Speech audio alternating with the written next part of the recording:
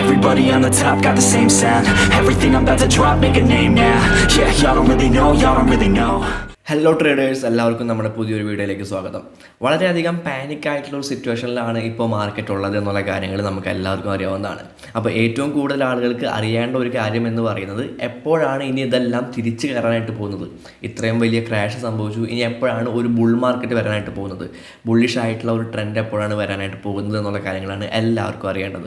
Okay, അപ്പോൾ നമുക്ക് കൃത്യമായിട്ട് എന്തായാലും തന്നെ എപ്പോഴാണ് ഒരു ബുൾ മാർക്കറ്റ് സംഭവിക്കുക എന്നുള്ള കാര്യങ്ങൾ നമുക്ക് പറയാനായിട്ട് സാധിക്കില്ല.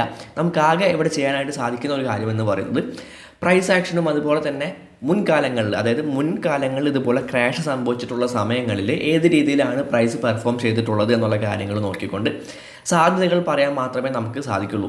ഓക്കെ, അപ്പോൾ ഇന്നത്തെ ഈ ഒരു വീഡിയോയിൽ നമ്മൾ അത് തന്നെയാണ് നോക്കാനായിട്ട് പോകുന്നത്. ഏകദേശം എത്ര നാൾ പിടിക്കും നല്ലൊരു ബുൾ മാർക്കറ്റിലേക്ക് പ്രൈസ് പോകാനായിട്ട്, മാത്രമല്ല ഏകദേശം എവിടെ വരെ പ്രൈസ് ഇനി താഴോട്ട് ഇറങ്ങി പോകാനായിട്ട് ചാൻസ് ഉണ്ട് എന്നുള്ള കാര്യങ്ങൾ നമ്മൾ നോക്കുന്നതായിരിക്കും.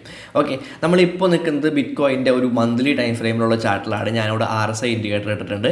ഞാൻ ഇതിൻ്റെ മിഡിൽ ലൈൻ മാത്രമേ ഇട്ടിട്ടുള്ളൂ. RSI ഇൻഡിക്കേറ്ററിൻ്റെ ആ ഒരു 50 ലെവൽ മാത്രമേ ഞാനിവിടെ മാർക്ക് ചെയ്തിട്ടുള്ളൂ. ഇവിടെ നോക്കിക്കഴിഞ്ഞാൽ നമുക്കൊരു കാര്യം കാണാനായിട്ട് പറ്റും. ഓരോ തവണ മാർക്കറ്റ് ക്രാഷ് സംഭവിക്കുമ്പോഴും, അതായത് ഈ ഒരു ക്രാഷ് എന്ന് പറയുന്നത് 2013 മുതൽ 2015 വരെയുള്ള ആ ഒരു ക്രാഷാണ്. ആ ഒരു ക്രാഷിൻ്റെ സമയത്ത് ഈ ഒരു RSI ലൈൻ 50 ലൈനെ ബ്രേക്ക് ചെയ്തുകൊണ്ട് താഴോട്ട് പോയിട്ടുണ്ട്. ഓക്കെ, അപ്പോൾ ഞാൻ ആ ഒരു ഏരിയ ഞാനിവിടെ മാർക്ക് ചെയ്യുന്നുണ്ട്. ഞാനൊരു വൈറ്റ് കളറിൽ അത് മാർക്ക് ചെയ്യുന്നുണ്ട്. അതിനുശേഷം ഈ ഒരു 50 RSI ലൈനിനെ ബ്രേക്ക് ചെയ്തുകൊണ്ട് പ്രൈസ് പോയിട്ടുള്ളത് ഈ ഒരു ഏരിയയിലാണ്. ഓക്കെ, പിന്നീട് ഇവിടെ മുതലാണ് ഒരു ബുൾ മാർക്കറ്റ് ഉണ്ടായിട്ടുള്ളത്. ഓക്കെ, നമുക്ക് കൃത്യമായിട്ട് കാണാനായിട്ട് സാധിക്കുന്നുണ്ട്. അത് കഴിഞ്ഞിട്ട് ഒരു ക്രാഷ് സംഭവിച്ചിട്ടുള്ളത് 2017-2018 കാലഘട്ടത്തിലാണ്. അവിടെ നമുക്ക് ഈ രീതിയിൽ RSI ഇൻഡിക്കേറ്റർ ഈ ഒരു 50 ലെവലിന് താഴേക്ക് വന്നിട്ടുള്ളത് കാണാനായിട്ട് പറ്റും. അപ്പോൾ ഞാൻ ആ ഒരു ഏരിയയിൽ ഞാനവിടെ മാർക്ക് ചെയ്യുന്നുണ്ട്.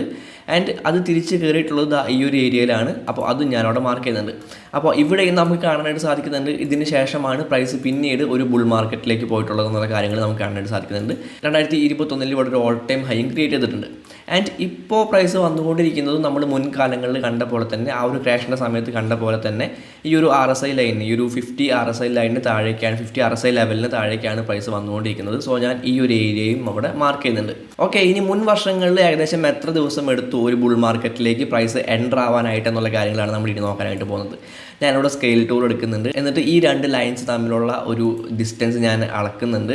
അപ്പോൾ നമുക്ക് കൃത്യമായിട്ടിവിടെ കാണാനായിട്ട് സാധിക്കുന്നുണ്ട് 304 ദിവസം എടുത്തിട്ടാണ് പിന്നീട് ഒരു ബുൾ മാർക്കറ്റിലേക്ക് ബിറ്റ്കോയിൻ എൻ്റർ ആയിട്ടുള്ളത്.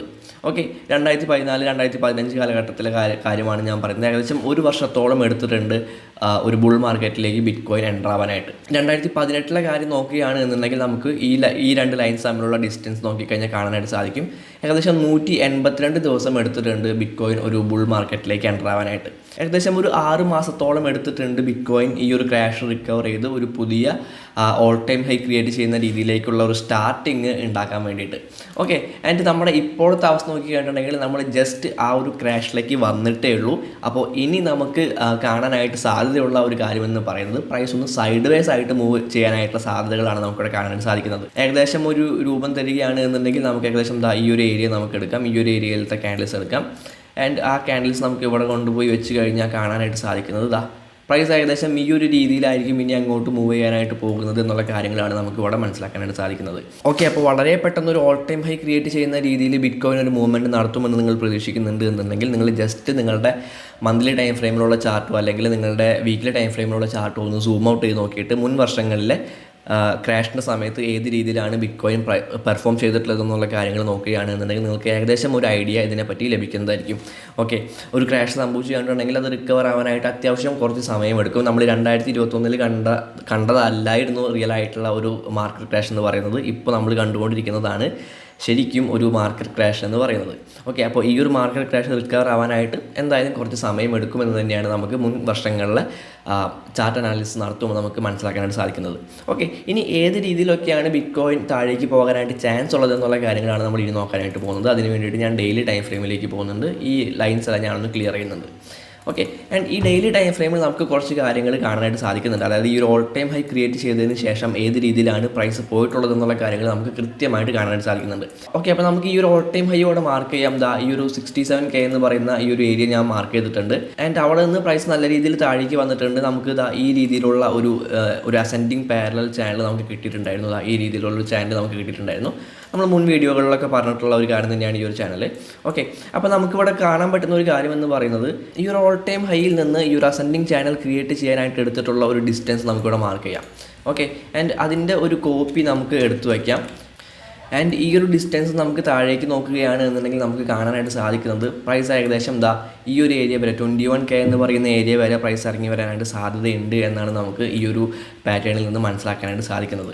മാത്രമല്ല ഈ ഒരു കാര്യം നമുക്കൊന്നുകൂടെ കൺഫേം ചെയ്യുന്ന രീതിയിലുള്ള മറ്റൊരു പാറ്റേൺ കൂടി നമുക്കിവിടെ കാണാനായിട്ട് സാധിക്കും. അതായത് പ്രൈസ് ഇവിടേക്ക് താഴേക്ക് ഇറങ്ങി വന്ന സമയത്ത്, അതായത് നമുക്ക് ഈ രീതിയിലുള്ള ഒരു പാറ്റേൺ കിട്ടുകയാണ് എന്നുണ്ടെങ്കിൽ, പ്രൈസ് ഈ രീതിയിൽ മൂവ് ചെയ്തുകൊണ്ടിരിക്കുന്ന ഒരു പാറ്റേൺ കിട്ടുകയാണ് എന്നുണ്ടെങ്കിൽ അവിടെ നിന്ന് പ്രൈസിന് ബ്രേക്ക് ഔട്ട് സംഭവിച്ചു കഴിഞ്ഞിട്ടുണ്ടെങ്കിൽ, ഇവിടെ നിന്ന് ഈ രീതിയിൽ ബ്രേക്ക് ഔട്ട് സംഭവിച്ചു കഴിഞ്ഞിട്ടുണ്ടെങ്കിൽ പ്രൈസ് പിന്നെ മുകളിലോട്ട് പോകാനായിരിക്കും സാധ്യത. ഇനി അതല്ല അതൊരു ഫേക്ക് ഔട്ട് ആണ് എന്നുണ്ടെങ്കിൽ ഇവിടെ നിന്ന് പ്രൈസ് വീണ്ടും താഴേക്ക് പോകാൻ തന്നെയാണ് സാധ്യത. ഇതെല്ലാവർക്കും അറിയാവുന്ന കാര്യമാണ്. ഓക്കെ, അപ്പോൾ നമുക്ക് ഈ രീതിയിലുള്ള ഒരു കാര്യം നമുക്ക് ഇവിടെയും കാണാനായിട്ട് സാധിക്കുന്നുണ്ട്. അതായത് ഇവിടെ നമുക്ക് അതേപോലുള്ള ഒരു പാറ്റേൺ നമുക്ക് കിട്ടിയിട്ടുണ്ടായിരുന്നു. ഓക്കെ, ഇവിടെ നിന്ന് പ്രൈസിന് ഒരു ബ്രേക്ക് ഔട്ട് ഇവിടെ കിട്ടിയിട്ടുണ്ട്. ദെൻ അതൊരു ഫേക്ക് ഔട്ട് ആയിരുന്നു. ദെൻ വീണ്ടും പ്രൈസ് താഴേക്ക് തന്നെയാണ് പോയിട്ടുള്ളത്. ഓക്കെ, അപ്പോൾ എവിടെയാണ് നമുക്കതൊരു ഫേക്ക് ഔട്ട് ആണെന്ന് മനസ്സിലായതെന്ന് ചോദിച്ചു കഴിഞ്ഞിട്ടുണ്ടെങ്കിൽ ഈ ഒരു ഏരിയ, ഈ ഒരു റെസിസ്റ്റൻസ് ഏരിയയിൽ നിന്നാണ് നമുക്കതൊരു ഫേക്ക് ഔട്ട് ആണ് എന്നുള്ള കാര്യങ്ങൾ മനസ്സിലായിട്ടുള്ളത്. ഇതുപോലുള്ള ഒരു പാറ്റേൺ നമുക്ക് ഇവിടെയും കാണാനായിട്ട് സാധിക്കുന്നുണ്ട്.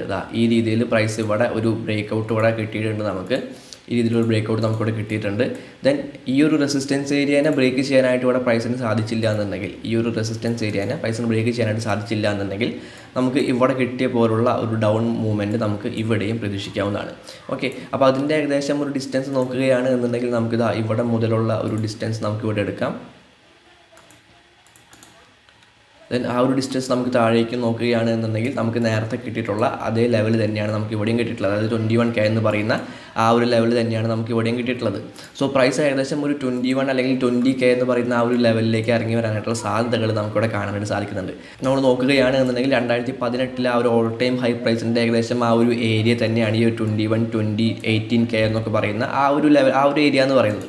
സോ പ്രൈസ് ഏകദേശം ഈ ഒരു ഏരിയ വരെ ഇറങ്ങി വരാനായിട്ട് സാധ്യതയുണ്ട് എന്നാണ് നമുക്ക് ഇപ്പോൾ മനസ്സിലാക്കാൻ സാധിക്കുന്നത്. ഇനി അതല്ല ഇതൊരു റിയൽ ആയിട്ടുള്ള ബ്രേക്ക് ഔട്ട് ആണ് എന്നുണ്ടെങ്കിൽ, ഇത് ശരിക്കും ഒരു നല്ല രീതിയിൽ നോർമലായിട്ടുള്ള ബ്രേക്ക് ഔട്ട് ക്യാൻഡിൽ ആണ് എന്നുണ്ടെങ്കിൽ, പ്രൈസ് ഈ ഒരു ലെവലിനെ ബ്രേക്ക് ചെയ്തുകൊണ്ട് മുകളിലേക്ക് പോവുകയാണ് എന്നുണ്ടെങ്കിൽ നമുക്ക് ചെറിയ രീതിയിലുള്ള റീടെസ്റ്റും കാര്യങ്ങളൊക്കെ നമുക്ക് ഏകദേശം ഒരു 37K വരെയൊക്കെ നമുക്കൊരു പ്രൈസ് മൂവ്മെൻറ്റ് നമുക്ക് പ്രതീക്ഷിക്കാവുന്നതാണ്. ഓക്കെ, ഇനി അതല്ല ഈ ഒരു പാറ്റേൺ തന്നെ കണ്ടിന്യൂ ചെയ്യുകയാണ് എന്നുണ്ടെങ്കിൽ നമുക്ക് ഈ ഒരു 21 അല്ലെങ്കിൽ 20K വരെയുള്ള ഒരു ഇറങ്ങി വരവ് നമുക്ക് ബിറ്റ്കോയിൻ്റെ പ്രൈസിൽ പ്രതീക്ഷിക്കാവുന്നതാണ്. ഓക്കെ, അപ്പോൾ തീർച്ചയായിട്ടും നിങ്ങൾ നിങ്ങളുടേതായിട്ടുള്ള റിസർച്ചും കാര്യങ്ങളും നടത്തുക, നിങ്ങളുടേതായിട്ടുള്ള അനാലിസിസും കാര്യങ്ങളൊക്കെ നടത്തുക. അതിനുശേഷം മാത്രം ഏത് രീതിയിൽ ട്രേഡ് ചെയ്യണം, ഏത് ഡയറക്ഷനിലേക്ക് ട്രേഡ് ചെയ്യണം, ഇപ്പോൾ ഇൻവെസ്റ്റ് ചെയ്യണോ വേണ്ടയോ എന്നുള്ള കാര്യങ്ങളൊക്കെ തീരുമാനിക്കുക. അപ്പോൾ ഹാപ്പി ട്രേഡിംഗ്. അടുത്തൊരു വീഡിയോയിൽ കാണാം.